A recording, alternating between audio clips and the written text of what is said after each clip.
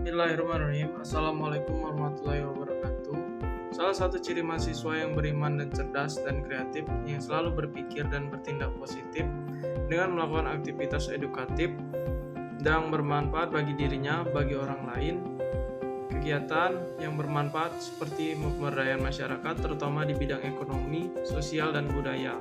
Pada kesempatan kali ini, kami mahasiswa Prodi Pendidikan Non-Formal FKIP Universitas Bengkulu dalam mata kuliah Difusi Inovasi Pendidikan. Di sini kami akan membuat kajian masakan khas daerah Indonesia sebagai bentuk pelestarian budaya Nusantara sekaligus melihat peluang bisnis yang dapat mensejahterakan kehidupan masyarakat. Kegiatan ini diinspirasi oleh dosen mata kuliah Difusi Inovasi Pendidikan yaitu Bapak Dr. Muhammad Ilham Abdullah. Audiens yang berbahagia, judul video saya yaitu tentang masakan daerah yaitu daerah Bali. Mari kita simak baik-baik pemaparan berikut sehingga dapat dipahami dan dijadikan peluang bisnis kuliner. Ada 3 masakan. Yang pertama itu ayam betutu. Jadi untuk memasak ayam betutu ini ada langkah-langkah yang harus diikuti. Yang pertama, bahan utamanya adalah 1 ekor ayam, 1 jeruk nipis, garam, dan bumbu halusnya ada bawang merah, bawang putih, cabai merah, kunyit, jahe, kencur, lengkuas, serai. Jadi selanjutnya cara memasaknya adalah yang pertama itu mempersiapkan ayam, lumuri ayam dengan garam dan air, jeruk nipis, diamkan selama 15 menit. Tumis bumbu yang sudah dihaluskan lalu panaskan minyak dan tumis bumbu hingga harum. Selanjutnya marinasi, lumuri dengan bumbu, masukkan sisa bumbu ke dalam rongga perut ayam, bungkus dengan daun pisang. Selanjutnya itu kita kukus ayamnya selama 45 menit, lalu panggang di atas wajan hingga kecoklatan dan ayam betutu pun siap disajikan. Selanjutnya cara membuat nasi jinggo. Nasi jinggo adalah makanan khas dari Bali yang terdiri dari nasi putih dan berbagai lauk yang dibungkus di dalam daun pisang. Berikut cara membuatnya. Yang pertama itu bahan utama nasi putih, 150 gram dada ayam, 1 batang serai, 3 cabai merah keriting, 1 cabai rawit merah, 2 lembar daun salam dan bumbu halusnya 5 bawang merah, 4 bawang putih, 1 ruas kunyit, kencur dan kemiri, garam, merica, ketumbar, terasi dan secukupnya. Cara memasaknya, ayam suwir, rebus dada ayam dan suwir-suwir lalu tumis bumbu hingga halus dan meresap. Sate lilit dicampur dengan ayam cincang dan kelapa parut dan bumbu halus, lilitkan pada batang serai lalu panggang. Cara penyajiannya, nasi jinggo ini sering disajikan dengan mie goreng dan serundeng sebagai pelengkap. Selanjutnya, masakan ketiga itu ada sate lilit. Sate lilitnya satu masakan yang unik dari Bali, yaitu terbuat dari daging ayam atau ikan yang dicampur dengan kelapa parut dan bumbu, kemudian dililitkan pada batang serai dan itu sangat enak. Jadi cara untuk membuatnya itu adalah bahan-bahan utamanya ada 500 gram daging ayam cincang halus, 150 gram kelapa parut, 6 lembar daun jeruk, 75 ml santan dan bumbu halusnya 10 siung bawang merah, 7 siung bawang putih, 4 cabai keriting, 3 cabai rawit, 1 luas kunyit dan 1 kencur.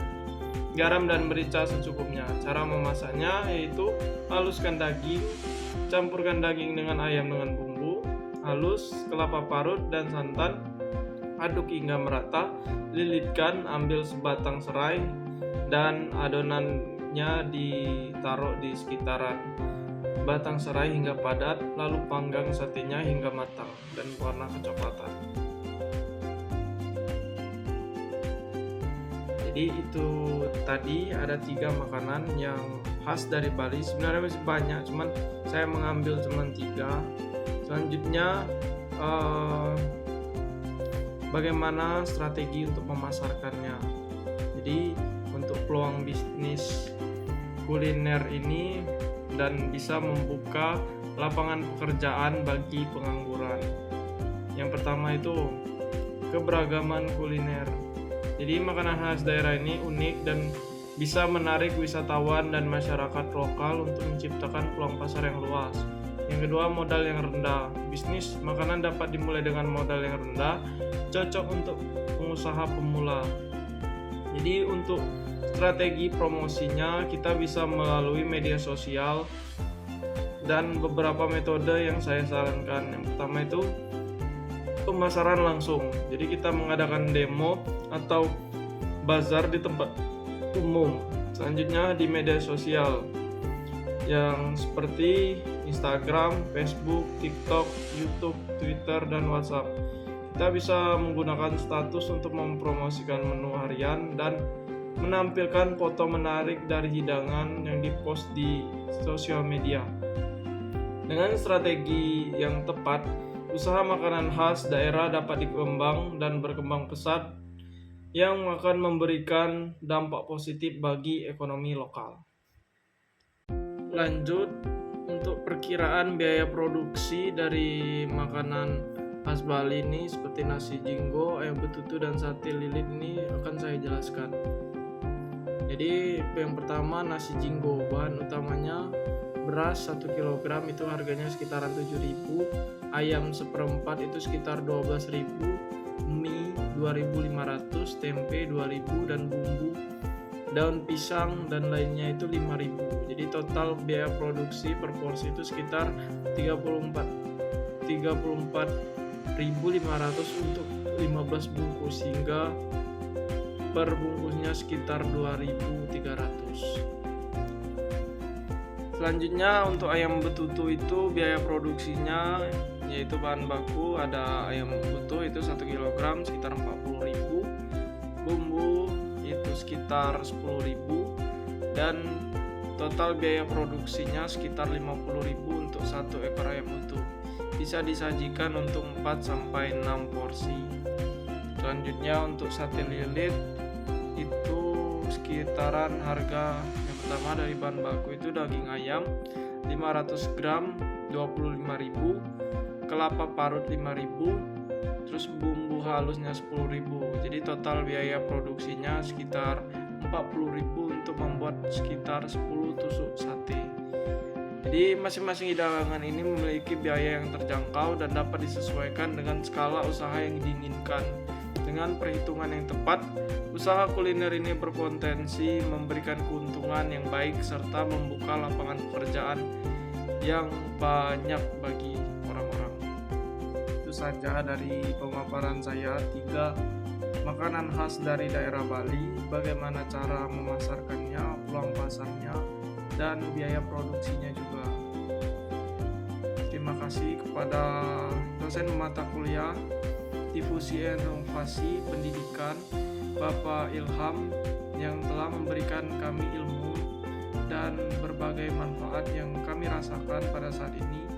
Dan selamat purna tugas Bapak Ilham, semoga diberi kesehatan dan kelancaran selalu. Saya akhiri, wassalamualaikum warahmatullahi wabarakatuh.